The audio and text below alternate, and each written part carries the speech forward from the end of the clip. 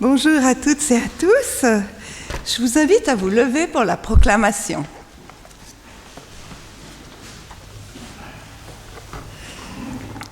Alléluia, vive le Seigneur. Nous qui appartenons au Seigneur, glorifions-le avec joie, car il est présent. Il est tout proche de nous, chacune, chacun, et il est au milieu de notre assemblée. Aujourd'hui, dimanche, oui, louons le Seigneur de tout notre cœur et recevons son amour, sa grâce, sa paix, au nom du Père, du Fils et du Saint-Esprit. Amen. Je vous invite à reprendre place. J'ai intitulé ce culte « Aujourd'hui, dimanche ». C'était un peu drôle dans le message parce que vous le lisiez vendredi. Aujourd'hui, dimanche, bienvenue à chacune, à chacun, à vous qui êtes d'ici, à vous qui êtes d'ailleurs. Nous sommes frères et sœurs en Christ rassemblés pour cette célébration ce matin en ce temple de Malagnou. Ce dimanche, c'est un jour dit ordinaire dans le temps de l'Église. Nous sommes dans le temps ordinaire, dans le calendrier liturgique. Eh bien, en fait, c'est un jour extraordinaire.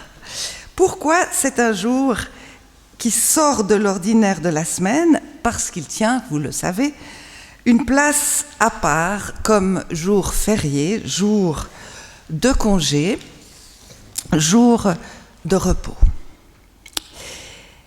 Il sort de l'ordinaire aussi en occupant 2 places dans la semaine. Soit il est le 7e et dernier jour de la semaine, à la manière des traditions hébraïques, soit il est le premier jour initial de la semaine, à la manière des évangiles dans la tradition chrétienne, à la fois le 7e et le 1er. Soit les deux, comme aujourd'hui, dernier jour qui clôt la semaine dans nos agendas, mais restant premier jour d'une nouvelle semaine pour d'autres sensibilités parallèles à nos agendas. Alors, je vous invite à commencer notre culte en chantant « C'est toi, Seigneur, qui nous unit aujourd'hui dimanche ». C'est le cantique 2108 à la page 236. 2108, page 236. Et je vous invite à vous lever, nous chantons les 3 strophes.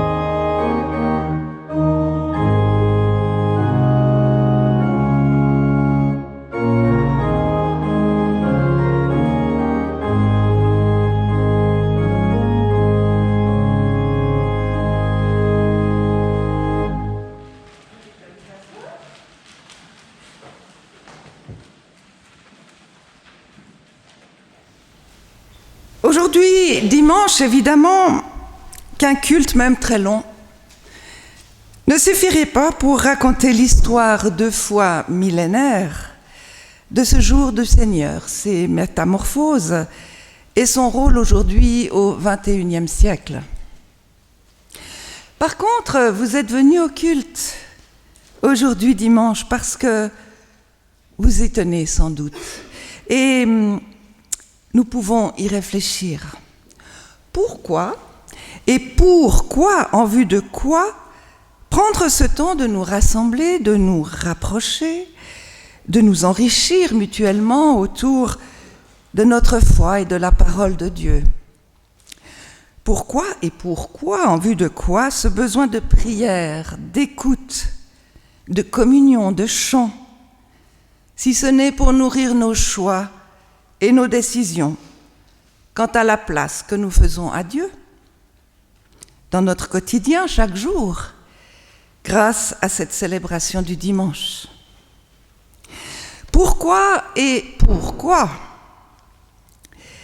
En vue de quoi, dans les bruits assourdissants et quand même harassants de notre vie moderne, faire silence, nous relier à notre âme priante, calmer nos peurs, calmer nos critiques, pour accueillir une confiance, une parole qui viennent d'ailleurs?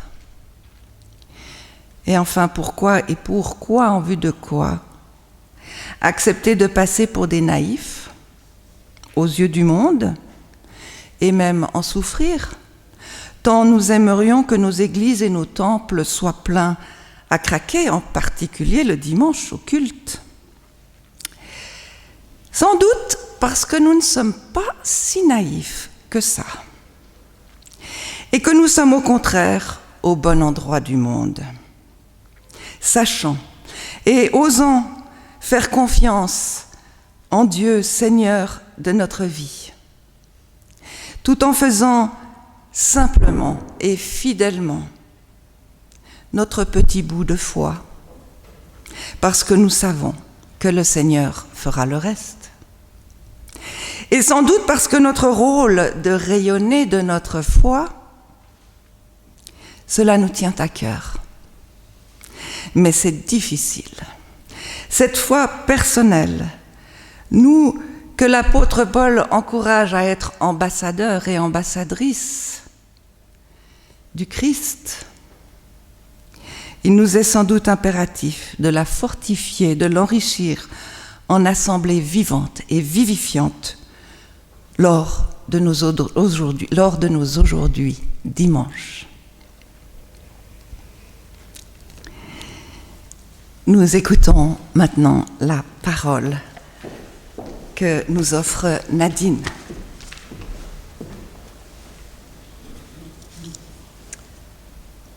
Nous lisons Genèse, chapitre 2, versets 1 à 3. Le ciel et la terre et tous leurs éléments furent achevés. Le 7e jour, toute l'œuvre que Dieu avait faite était achevée. Il se reposa au 7e jour de toute l'œuvre qu'il avait faite. Dieu le bénit le 7e jour et le sanctifia. Car en ce jour, Dieu s'était reposé de toute l'œuvre qu'il avait créée par son action.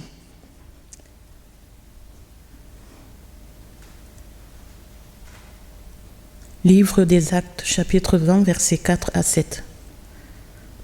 Le groupe venant de diverses provinces qui accompagnait l'apôtre Paul partit en avant et nous attendit à Troas.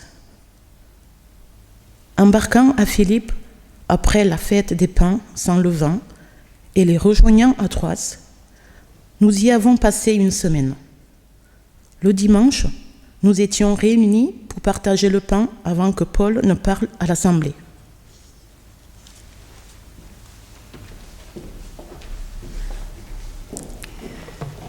L'histoire continue avec ce... Pendant toute la nuit, il parle à l'assemblée et un malheureux Eutychès tombe de la fenêtre parce qu'il s'est endormi avec ce discours si soporifique peut-être. Je fais un bref commentaire. Le 7e jour, ce jour de repos et de contemplation de toute l'œuvre achevée. Jour de sabbat, de repos, oui. Mais c'est un jour pour Dieu, dans la tradition juive, mais aussi dans notre tradition. Pour son enseignement, pour la transmission de sa parole en famille et en assemblée. Et dans le Nouveau Testament, on traduit parfois aujourd'hui assez hardiment, disons-le, car ça n'existe pas du tout dans le Nouveau Testament, ce premier jour de la semaine par dimanche. C'est en particulier la Bible en français courant qui le fait parce qu'elle se met à notre place. Mais le mot dimanche, vous verrez, il a un autre parcours que celui des évangiles originaux. Le jour du Seigneur chrétien, devenu le jour de la résurrection et aussi le jour du Christ dans les évangiles, mais rien ne dit justement encore qu'il s'agit d'un dimanche. Par contre, ce premier jour de la semaine qui mentionne qu'une assemblée priante chrétienne s'est réunie précisément ce jour-là, eh bien, c'est unique dans tout le Nouveau Testament. Ce qui ne veut pas encore dire que c'est un dimanche. Je vous invite à prier ensemble en reconnaissance pour ce dimanche. Cette prière, vous l'avez au dos de votre feuillet de l'évangile de Luc, le feuillet intérieur.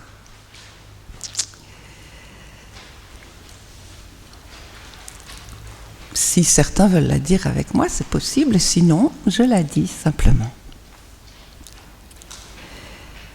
Seigneur, aujourd'hui, c'est dimanche, le jour de l'entre-deux. Derrière nous, il y a la semaine achevée. Devant nous, il y a la semaine en devenir. Pour ce que nous avons accompli en ta présence et pour ce qui nous attend en ta compagnie, et pour ce jour d'aujourd'hui où tu es à nos côtés, et pour nos jours ordinaires et extraordinaires, merci Seigneur. Pouvons dire ensemble, merci Seigneur, merci Seigneur. Seigneur, aujourd'hui, c'est dimanche, le jour du repos. Toi-même, Seigneur, tu as pris ce temps de la contemplation.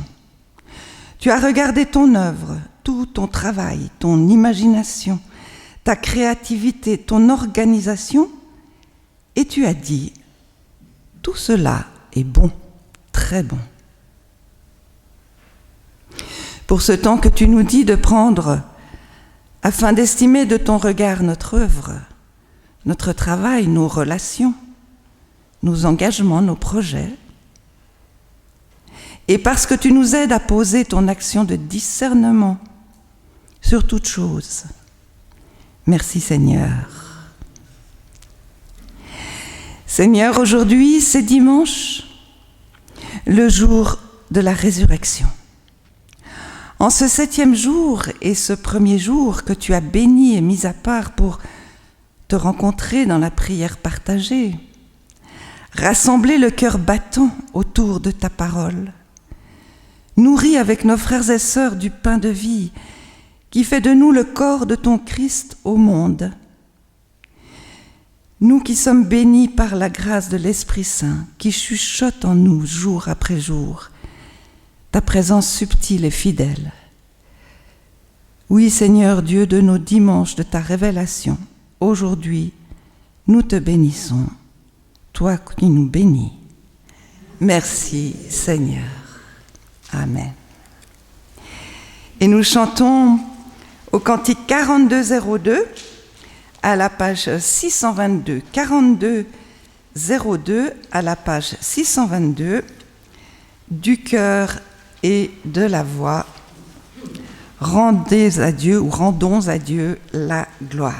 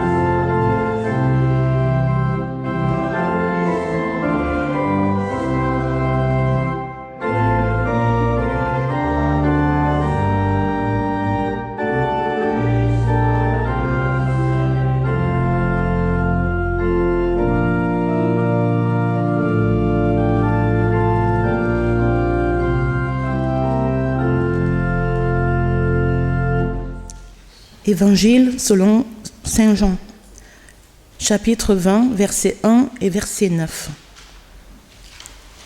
Tôt le dimanche matin, encore de nuit, Marie de Magdala se rendit au tombeau. Le soir de ce même dimanche, les disciples réunis avaient fermé les portes à clé par peur des autorités juives. Jésus vint et, debout au milieu d'eux, il leur dit : « La paix soit avec vous. » Nous prions sur nos défaillances.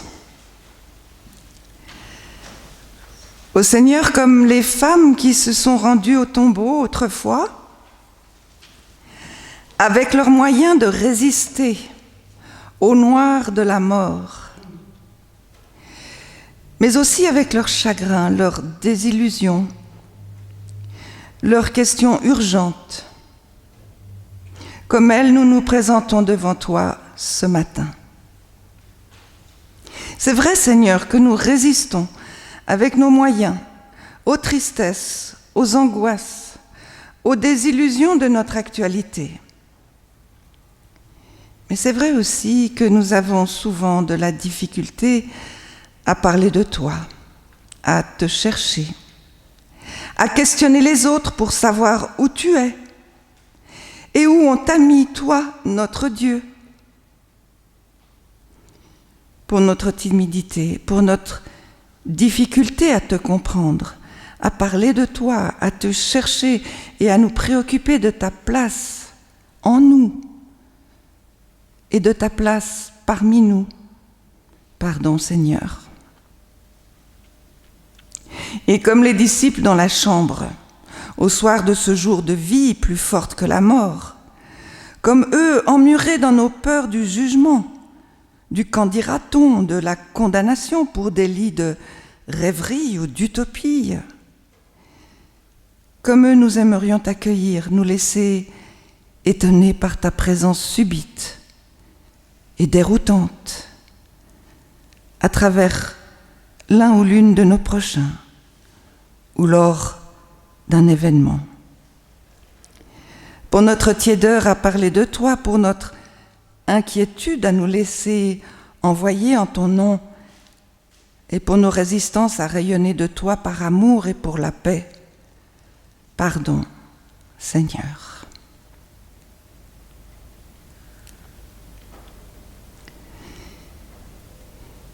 Je vous invite à vous lever pour accueillir des paroles de pardon.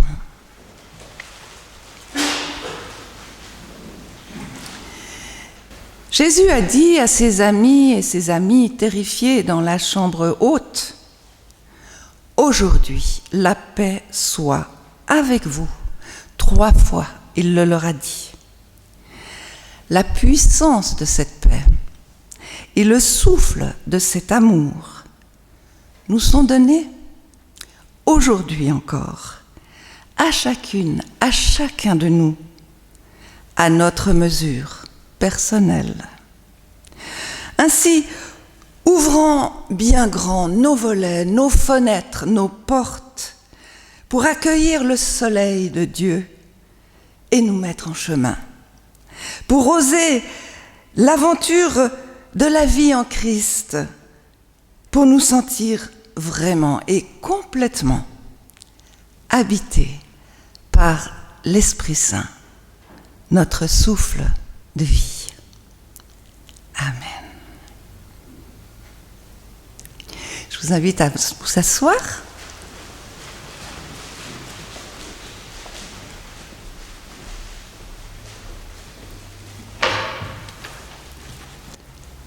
Évangile selon Luc. Le dimanche de grand matin, les femmes se rendirent au tombeau en apportant les huiles parfumées qu'elles avaient préparées. Elles découvrirent que la pierre fermant l'entrée du tombeau avait été roulée de côté. Elles entrèrent, mais ne trouvèrent pas le corps du Seigneur Jésus. Elles ne savaient qu'en penser lorsque 2 êtres aux vêtements brillants leur apparurent.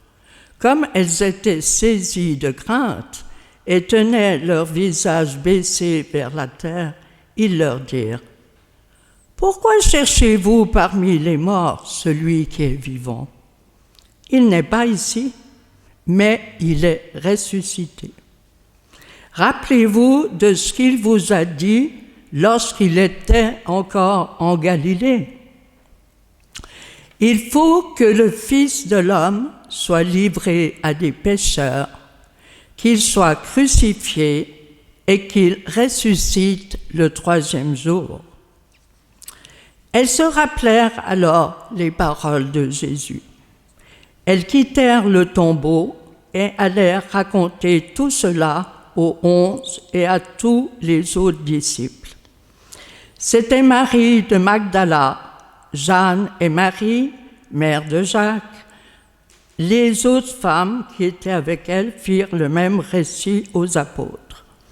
Mais ceux-ci pensèrent que ce qu'elle racontait était absurde et ils ne les crurent pas. Cependant, Pierre se leva. Il courut au tombeau. Il se baissa et ne vit que les bandes de lin.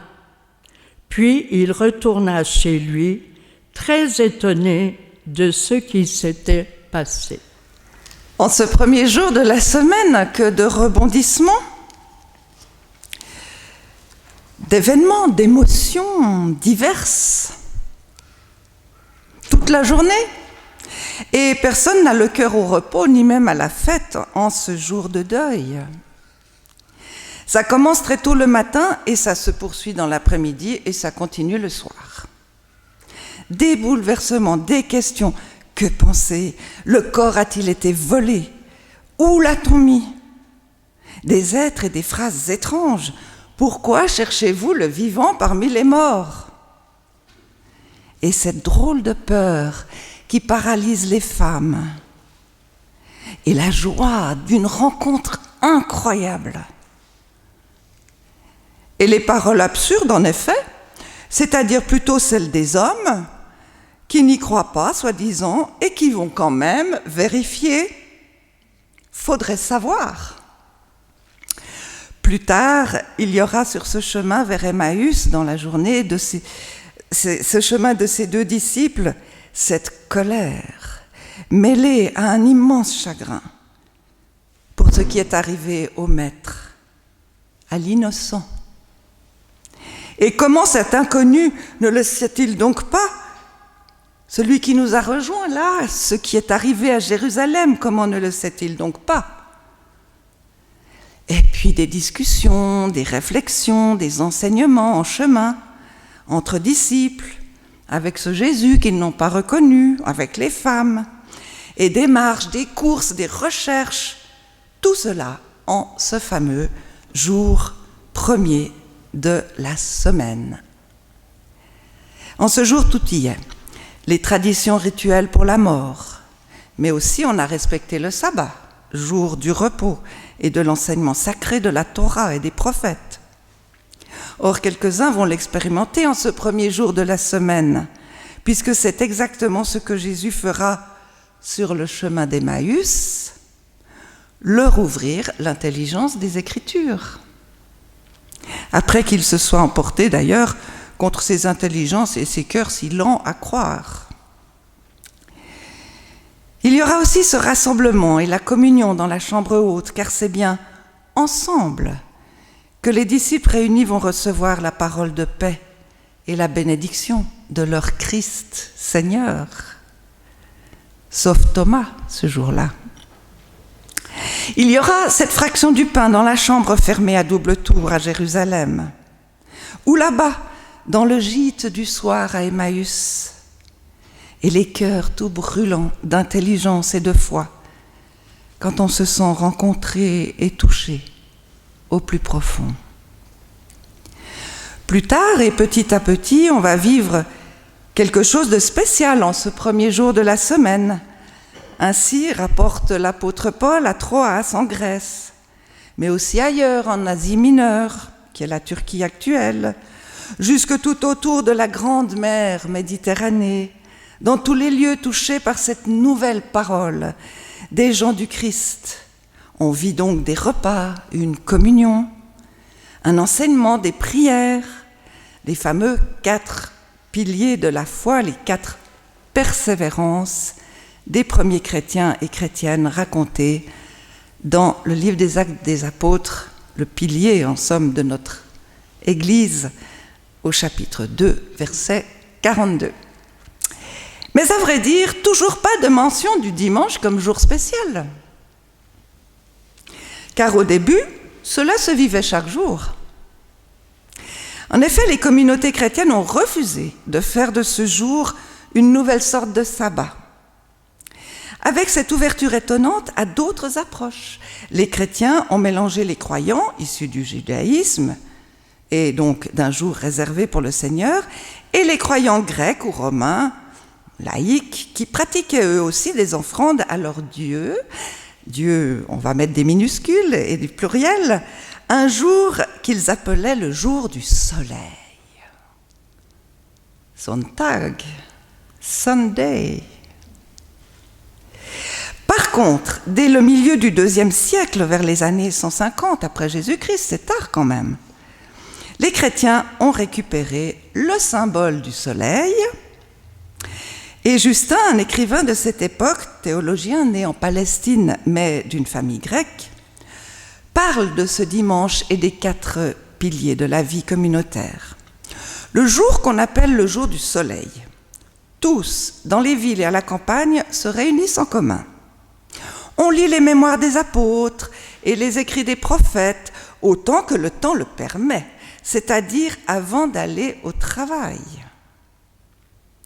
Quand le lecteur a fini, celui qui préside fait un discours pour avertir et pour exhorter à l'imitation de ces beaux enseignements. Ensuite, nous nous levons tous et nous prions ensemble. Remarquez la prière debout dans les assemblées. Puis, lorsque la prière est terminée, on apporte du pain avec du vin et de l'eau. Celui qui préside fait monter au ciel les prières, les actions de grâce autant qu'il peut. Et le peuple répond par l'acclamation « Amen ». Puis a lieu la distribution et le partage des choses consacrées à chacun, vivres et vêtements. Et l'on envoie leur part aux absents par les diacres. Ceux qui sont dans l'abondance et qui veulent donner, donnent librement, chacun ce qu'il veut, et ce qui est recueilli est remis à celui qui préside et lui-même reçoit la collecte et secourt toutes celles et ceux qui sont dans le besoin, le lien aux pauvres et aux veuves. Et on pourrait continuer longtemps. C'est beau de voir comment au IIe siècle déjà, tout se met en place. Et c'est encore plus beau de voir comment au XXIe siècle, aujourd'hui, dimanche, nous faisons la même chose. C'est incroyable, c'est incroyable. Cette communion des personnes et des finances, ce partage de la parole et du pain, ces prières, ces bénédictions, ce soin des malades et des pauvres, la présidence de la cérémonie et le service des diacres. Mais pour l'instant, c'est toujours un jour ordinaire, où l'on travaille, et donc on doit se rencontrer très tôt le matin. Puis il faut s'interrompre parfois pour aller travailler.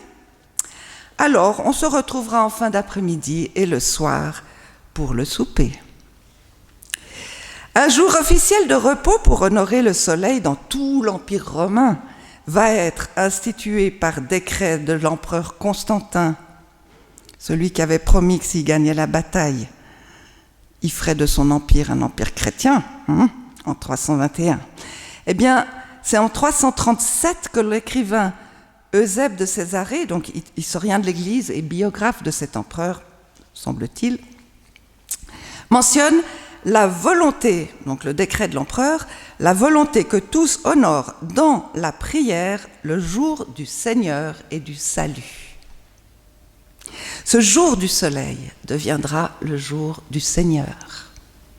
D'où dimanche en français, évoluant à partir, paraît-il, du Dominus Dies, le jour du Seigneur, en latin. aujourd'hui dimanche, parlons-en. Qu'en est-il de notre vécu du dimanche, tout au long de notre vie, dans notre enfance par exemple, ou dans nos voyages, au contact d'autres cultures, d'autres civilisations, ou encore dans l'évolution de notre pratique personnelle dans nos familles, du temps qui passe, des sociétés qui évoluent, des intérêts qui changent. Au fond, quelle place avons-nous fait et faisons-nous encore à Dieu dans nos aujourd'hui dimanches? Et autre suggestion de réflexion, moi ou vous, toi ou toi, que faisons-nous de notre dimanche, de notre jour du Seigneur? Comment nous reposons-nous dans nos dimanches?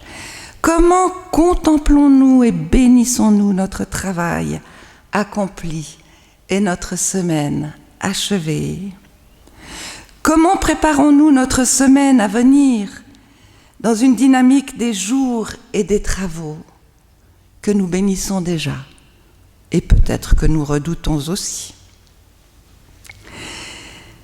Et enfin, profitons-nous de nos célébrations du dimanche? Osons-nous en parler autour de nous, en rayonner tout simplement?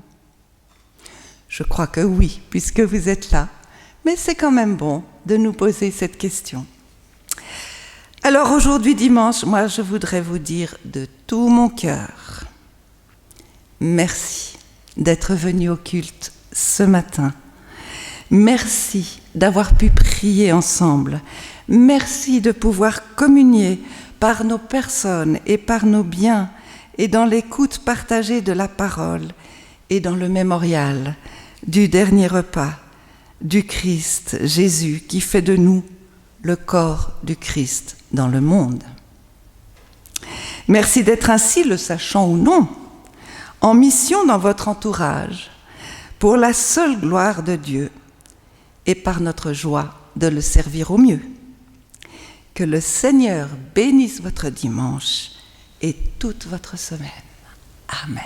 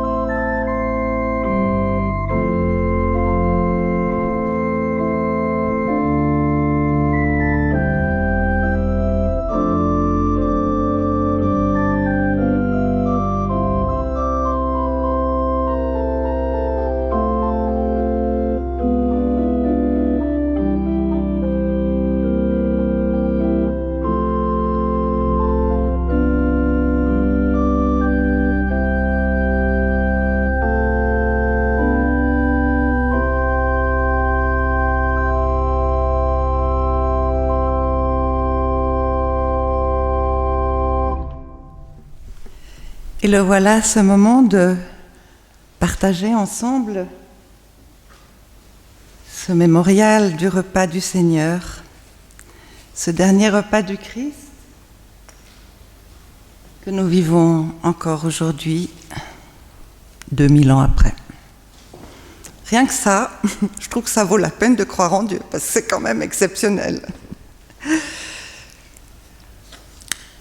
Tu es béni, Dieu de l'univers, toi qui nous donnes ce pain et ce vin, fruits de la terre et du travail humain.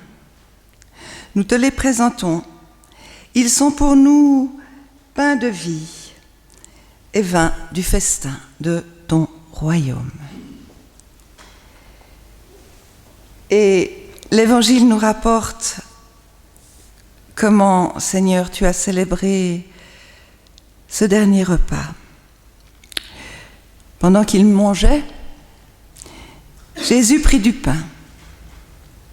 Et après avoir remercié Dieu, il le rompit, le donna à ses disciples, il leur dit « Prenez, ceci est mon corps ». Il prit ensuite une coupe de vin. Et après avoir remercié Dieu, il la leur donna et ils en burent tous.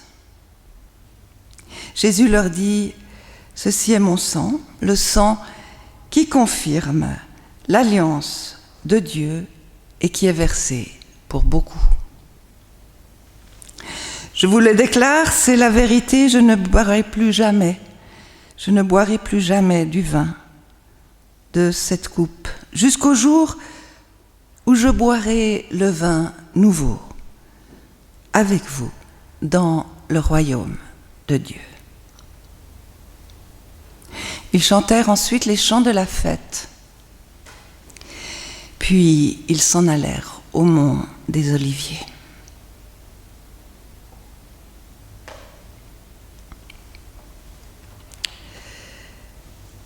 Nous prions. Seigneur, nous voulons te prier les unes et les uns pour les autres, pour nos prochains. Nous te demandons de consoler, de réconforter les affligés, les malades dans leur corps, dans leur âme, dans leur raison de vivre. Oui, Seigneur, prends soin de celles et ceux qui sont en difficulté, privés de secours, et permets à celles et ceux qui se déchirent de découvrir le pardon et la paix du cœur. Seigneur, nous t'en prions, bénis les personnes qui sont heureuses dans la joie, dans la vie, qui permettent que la vie circule, que les énergies de bonté, de paix, d'amitié, d'amour puissent faire leur œuvre. Et soutiens aussi les personnes qui souffrent de l'injustice dans un monde qui les rejette, les blesse ou les anéantit. Réunis en ton Église universelle, nous te présentons nos lieux de prière, les paroisses catholiques, protestantes, orthodoxes de notre région, de notre canton, de notre ville, de notre pays et d'ailleurs dans le monde. Que toutes nos célébrations en ce dimanche apportent, oui, des énergies de paix, d'accueil et de solidarité. Et puis donne intelligence et courage à nos dirigeants et au peuple suisse face aux problèmes politiques et sociaux qui nous préoccupent. Là aussi, nous avons besoin de ton œuvre et de ton soutien. Nous te confions les membres de nos familles au près et au loin. Suscite des témoins joyeux et courageux de ta bonne nouvelle et donne-nous d'être porteurs de paix, d'espérance et d'amour. Amen. Et je vous invite à chanter le cantique 24-16, page 302, 24-16, page 302.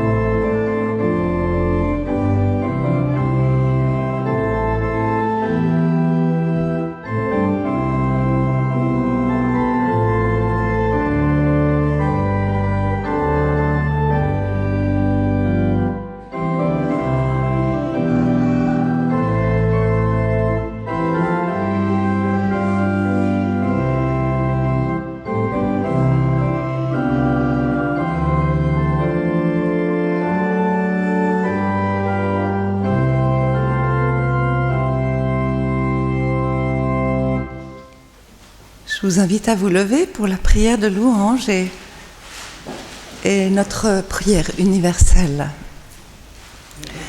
Ô notre Dieu, merci pour ce repas partagé, ce mémorial de ta vie, de ta mort, de ta résurrection, pour notre aujourd'hui et pour notre aujourd'hui dimanche.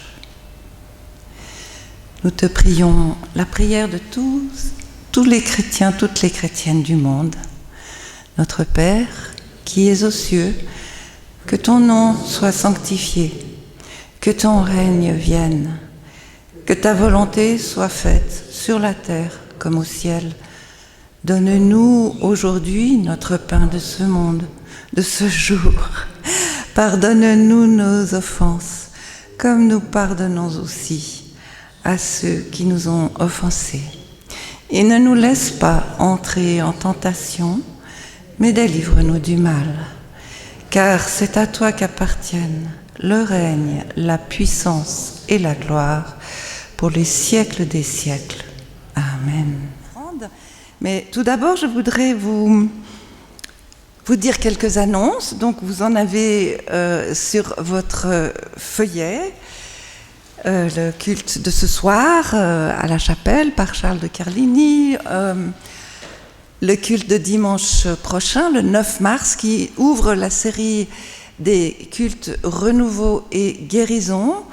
Et votre pasteur Emmanuel Fuchs a préparé tout un message pour que nous comprenions bien ce qui va se passer le 3e dimanche renouveau et guérison. C'est-à-dire, il y aura une imposition des mains très fine, discrète et profonde pour les personnes qui le souhaitent, juste après la Sainte Seine. Et toute cette série nous ouvre à cette imposition des mains, si nous le souhaitons, et aussi au renouveau et à la guérison, petit ou grand, dont nous avons besoin.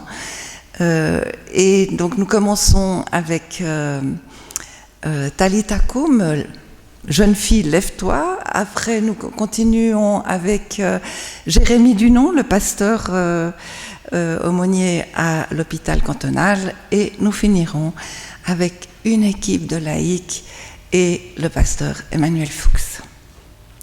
Vous avez ces indications sur des feuillets. Y a-t-il le club du sourire, c'est pour la semaine d'après, je crois, voilà. Et puis l'apéro théologique, c'est le même jour.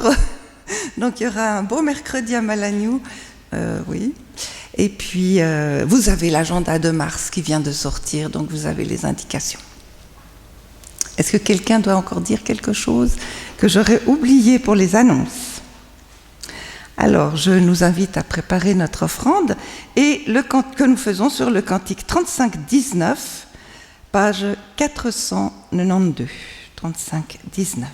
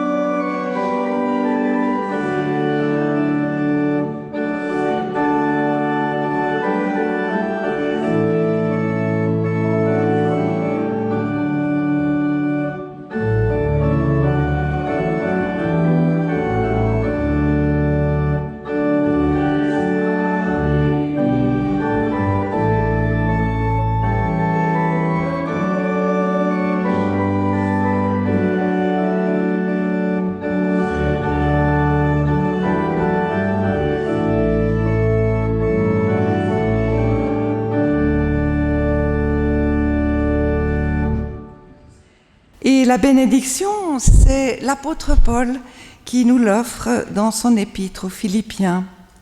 Réjouissez-vous toujours dans le Seigneur en tout temps. Et la paix de Dieu, qui dépasse tout ce que l'on peut imaginer, gardera vos cœurs et vos pensées en communion avec Jésus-Christ dans la joie de l'Esprit Saint qui habite en nos cœurs.